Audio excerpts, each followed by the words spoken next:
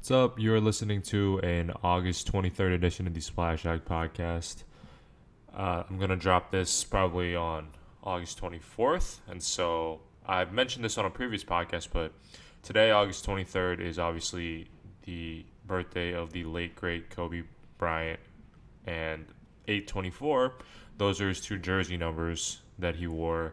And so to me, I kind of want to just spend these 2 days, reflecting a little bit and celebrating what we got in the life of Kobe Bryant and whatnot. And so today's podcast, I know that the NBA playoffs are going on. I'm going to talk about that, but today's podcast, I want to definitely spend some time just chatting about Kobe and what some memories, that some moments from his career that really resonated with me, being a elementary slash middle school kid watching some of them.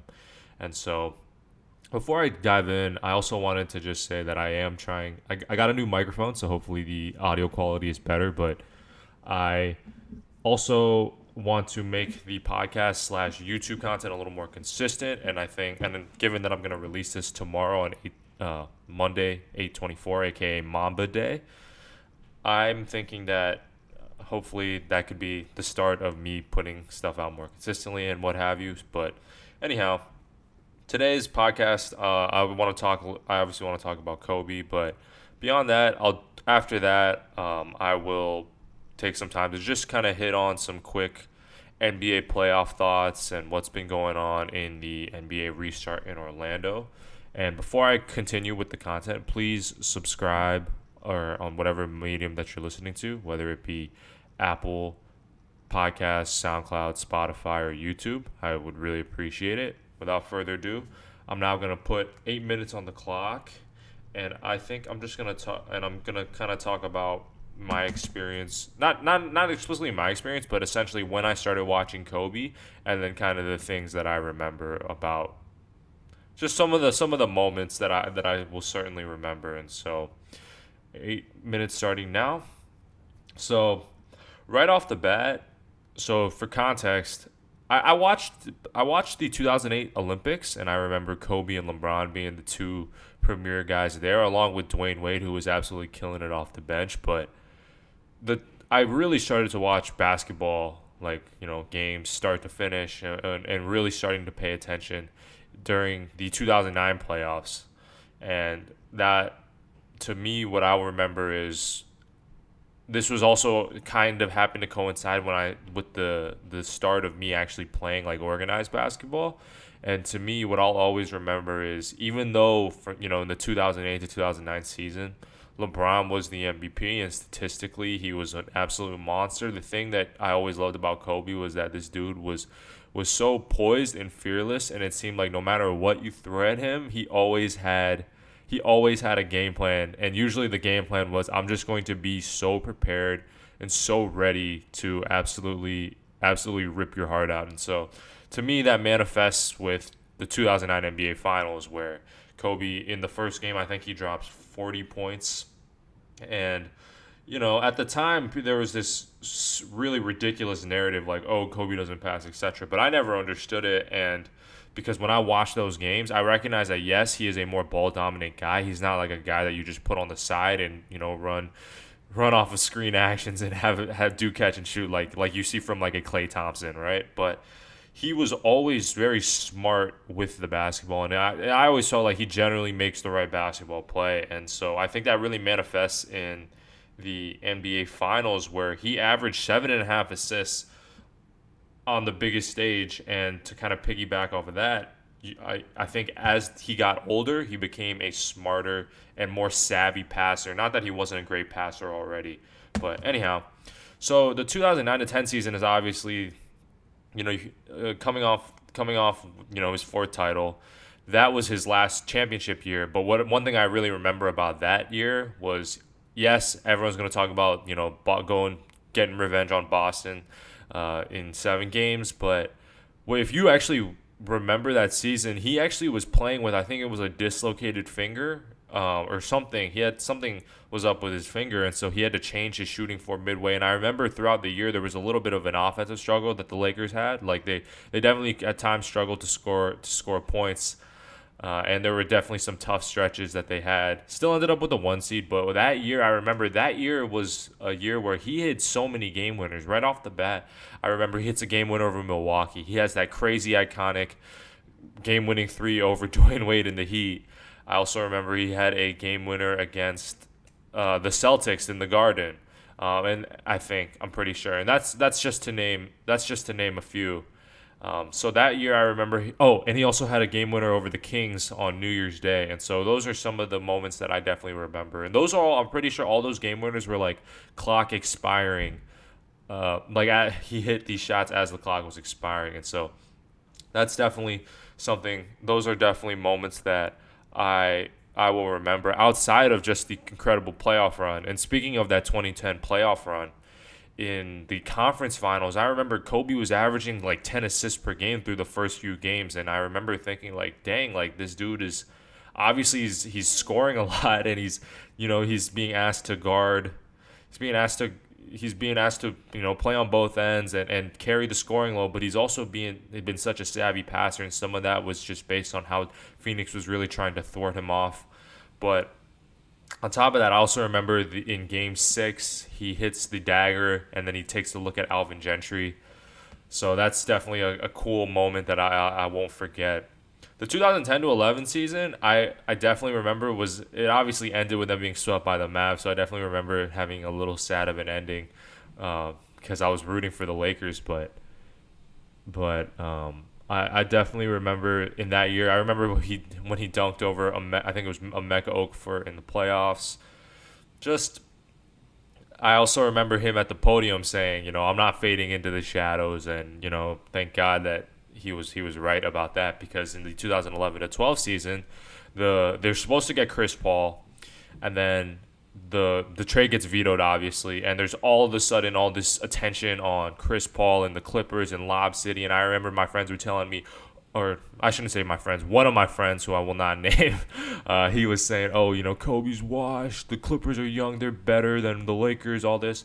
But what people always forget is if you go back and look back on that season, the Lakers finished ahead of the Clippers in the standings. They won the division title. They actually, ironically, despite being nicknamed Lob City, the Lakers actually had more alley-oops than the Clippers that year.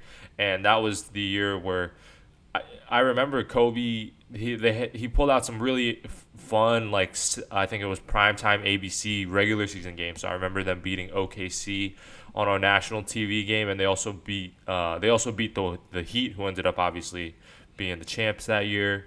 And that was a year where I remember he was playing for Mike Brown. He was basically the leading scorer until maybe the final week of the season when KD overtook him. And then, unfortunately, it was his final playoff series where he was healthy and they made the playoffs. And I remember he goes out with 40 against the Thunder. That next season, they get Dwight Howard, and obviously it doesn't go as planned in terms of their team success, but what I remember was he basically willed them into the playoffs. Like, you talk about the Magic Mamba, as he was nicknamed. I remember, maybe after February, he essentially started being the primary ball handler in the D'Antoni offense, and I remember he was pulling up double-double after double-double, along with, 30 points, 40 points, etc. And that was the year where he dunks on Chris Paul, I remember, in a regular season game. He puts on an absolute ridiculous stretch starting after January or so. The Lakers make it to the playoffs, and obviously there's the well-documented game where he tears his Achilles and he hits the two free throws, and then things are never quite the same. But to me, it was actually that season where I actually realized how skilled, not that I didn't know before, but I really started to just absolutely dissect in detail just how skilled of a player he was. And every night, the fact that they were trying to make the playoffs and he was playing 40 minutes a game and he was taking defensive challenges too. Like, he never took a night off. And I just remember that was a year where he himself was particularly entertaining to watch and whatnot. And it was his last All-NBA first team season. But the next season, 2013-14, he only played 6 games, but I remember the game where he returned from the Achilles injury, and that was quite an electrifying environment. 2014-15, I remember he dunks. The one thing I'll never forget is the Halloween game against the Clippers where he spins around Matt Barnes and then he has a dunk over him on the baseline, a reverse on him in the baseline. And then obviously the 2015-16 season is his last year. There's a lot of moments I remember about that. I actually watched probably more Laker games that year than I ever had just because it was his last year. But obviously, no moment ever will top in that season will top the final game where he scored 60, which I've talked about before. And so, yeah, with that, timer's about to go off. So there we go. So yeah, shout out Kobe Bryant. Happy birthday, Kobe. Rest in power, and we love you. It's Mamba forever for me, but. Anyhow, moving on to the NBA playoffs. So I'm trying to keep this episode, relatively shorter because it is just a monologue. But I'm gonna go through a couple things. So quick reactions to the NBA draft lottery. So with regards to the NBA draft lottery, it's interesting how with most years you have a sense of who is your number one pick. The team kind of minutes after the lottery, you kind of figure who they're going to take. So, Zion's going to New Orleans. 2018, it was a little more of a toss-up, but I would say this year it's even more of a toss-up where, I really hear arguments for everything, right? So let's start with the Timberwolves who have the top pick. Some people are saying Anthony Edwards is the best fit because he's a wing. They kind of need some upside they already have their big man. They have a franchise big man, and in theory, their point guard of the future with D'Angelo Russell, who's an all-star. But so some people think, okay, maybe they need to fill out on the wing and take a guy like Anthony Edwards. But at the same time, you could see them going. You could see them going with LaMelo, and maybe I personally think that D'Angelo Russell can play pretty well off the ball. It's just a matter of what does he want to do, and going forward, what does Ryan Saunders envision for that team? So I honestly think it's probably down to those two.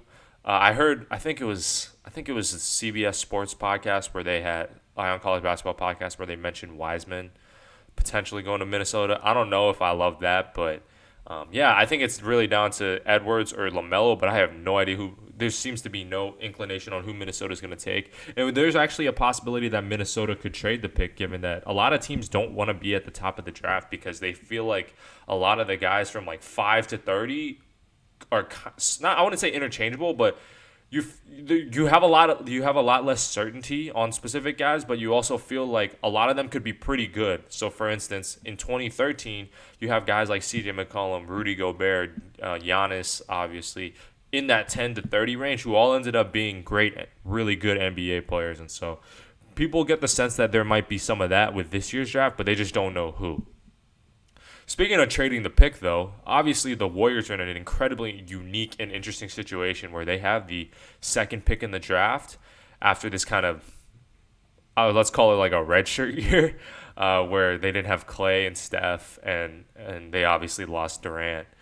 And so they have these three guys who have played at a championship level before. And, they're kind of in the final years of their primes, and they have the second pick. So it's an incredibly unique situation. I really don't, once again, this is another situation where a lot of people seem to think, okay, if they use the pick, it's going to be an Anthony Edwards or James Wiseman because, James Wiseman sort of fills a need, but at the end of the day, in those high leverage playoff games, they're never trotting out a traditional big man. The best big man that they had was outside of, Cousins, I guess, was the most talented one. But in terms of like fit with the personnel, the best big man they had was Andrew Bogut, and Andrew Bogut wasn't even really playing crunch time in the most important moments. What they needed from a guy from their big like an Andrew Bogut, they just needed a guy who could set good screens, play good defense, protect the rim, rebound the ball well, and kind of play with toughness and good defensive instincts. Is James Wiseman that? We don't know. James Wiseman obviously has quite a ceiling in that respect. He also could potentially be a unicorn, but sometimes some people are concerned that maybe he wants to be like, like your KDs and your Giannis's, and that maybe he's just not quite suited for that at the highest level, and that his best situation would be where he is like just this freakish, overpowering rim runner who has some solid finesse and skill when he posts up. So we'll see. At the end of the day, I trust that infrastructure, and given that Steph, Clay, and Draymond are there, that whoever they plug in will be able to learn a lot and what have you, and kind of learn and develop good habits, I should say. But anyhow, curious to see how this draft goes with no March Madness and no extensive in-person workouts and interviews. Not interviews, but like the workouts and the combine and whatnot. I've made it clear many times on this podcast, but I'll just say it again. My favorite player in this draft is Tyrese Maxey. Obviously, he's not projected to go 1. Most places don't even have him in the top 5, but I just trust that guy is going to be a very successful pro. So I'm buying all the Tyrese Maxey stock, but I'll discuss the drafts later on. Now I guess I'll have some quick hits on the playoffs. So obviously both 1 seeds lost games already.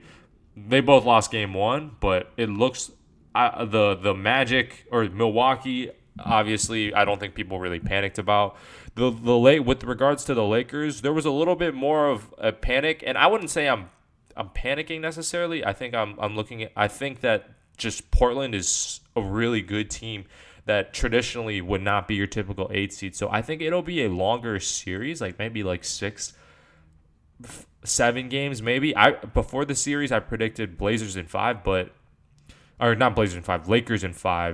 we'll see. I definitely expect the Lakers to come out of that, but given that it's hard to bet against Dame. I don't see Dame just rolling over, right? He's hurt right now, but that team they've played, all of their bubble games were pretty high leverage, so they've got a lot of meaningful games under their belt, and so they're in a little more of a groove, and you can definitely tell that their chemistry is clicking at the right time. But at the end of the day, I just think that LeBron and AD, I think that's kind of what makes me think the Lakers should be okay. As for who they play in the second round, we'll see. There's obviously some offensive concerns that I think extend for the Lakers beyond just the bubble, like that late February, March timeframe. Miami, Indiana, it's tough because it just seems like Indiana can never really get healthy fully. Miami's already up 3-0 at the time of recording, and so I don't want to talk too much about that. Honestly, the East is a little bit of a dud, right? You got Toronto and Boston both up 3-0. I don't want to talk too much about those. I will say Brooklyn plays hard. They just have a depleted roster at the moment. Jacques Vaughn, who obviously struggled a little bit in Orlando, I think he's going to get a more serious look as a coach this coming offseason for any potential openings. And Boston, Philadelphia, I actually pulled up as a virtual fan to Game 3, and I was incredibly disappointed. I really get the sense that something's going to change, but this has been well documented. They have so much money tied into 4 guys. It's not exactly the best fit. Even if you change the coach, how much are you going to change with regards? They're locked into that roster to an extent, unless you try to dangle Simmons, which once again you're dangling Simmons. That guy is the first pick. He was an all-star. He's one of the best 20. I don't know where he ranks, but he's one of the best players in the NBA. He's also incredibly young, and he's a great two-way player.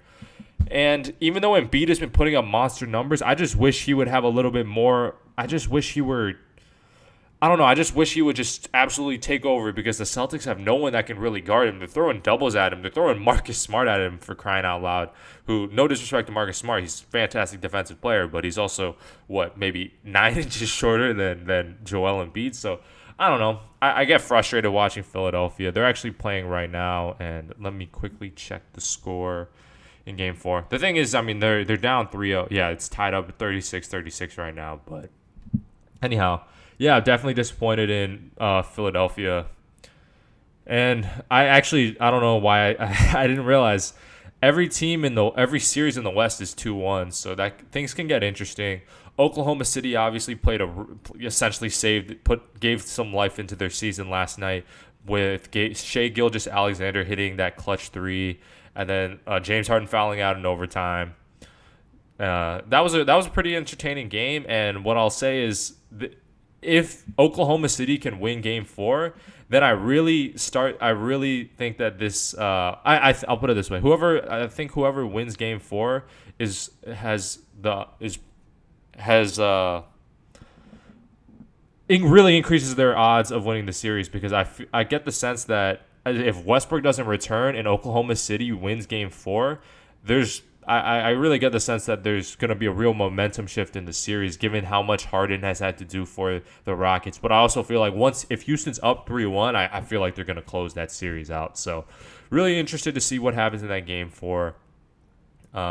Yeah, I always love seeing when a team is up, or when a series is 2-0 and then Game 3 goes to overtime. I remember it happened last year in the Eastern Conference Finals, because one team is playing with its series on, like its season on the line, basically, because they don't want to go down 3-0, and the other team wants to get up 3-0, because once you're up 3-0, you're probably going to win the series.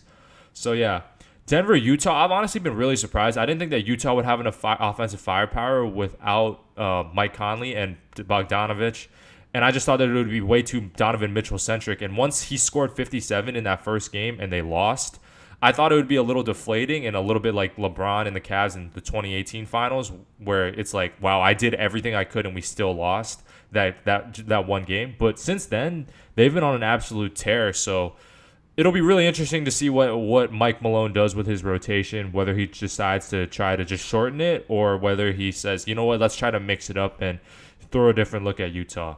Dallas and the Clippers, I hope Luka's healthy. That's all I can really say, because there was obviously a lot of controversy about that, what I consider a pretty weak ejection on Porzingis in that first game. And so, the Mavs had a shot to win Game 1. They win Game 2, and then Game 3, I'd say the Clippers were fairly in control, and Luka obviously goes down. So depending on what happens in Game 4, whether Luka plays or not, but given how much the Mavs depend on Luka, given how much the Mavs depend on Luka, it's hard to see them keeping it too interesting without him. But if he's in, I could definitely see this being a long series, 6 or 7 games. But at the end of the day, I'm rooting for the Mavs to win it. But at the end of the day, I just think the Clippers are primed to make a deep run in the playoffs, which pains me to say, because I've been very jaded by Paul George as of late. That's another conversation for another day. But I guess real quick, just looking forward. So I think everyone's pretty much in consensus about what the Eastern Conference second round is going to look like, with Milwaukee, Miami. And my quick point on that is I think that Miami has a good shot of beating Milwaukee in 6 or 7. And then Toronto, Boston, which I'm really curious to see, because for years both teams were, high up in the East standings but never played in the playoffs. So I'm curious to see that series. But yeah, with respect to the Western Conference, if I have to pick right now, I'm gonna say it's gonna be Lakers, Houston. The Denver Utah series is really a toss up, but I'm gonna go with Denver Clippers probably as the second round matchup.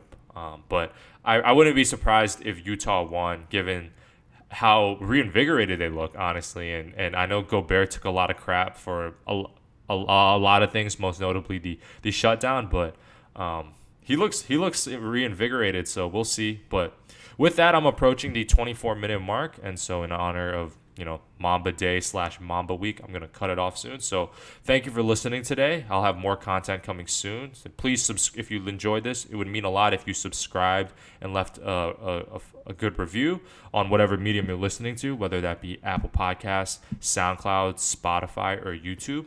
Once again, thank you for listening. I really appreciate it, and I'll catch you soon.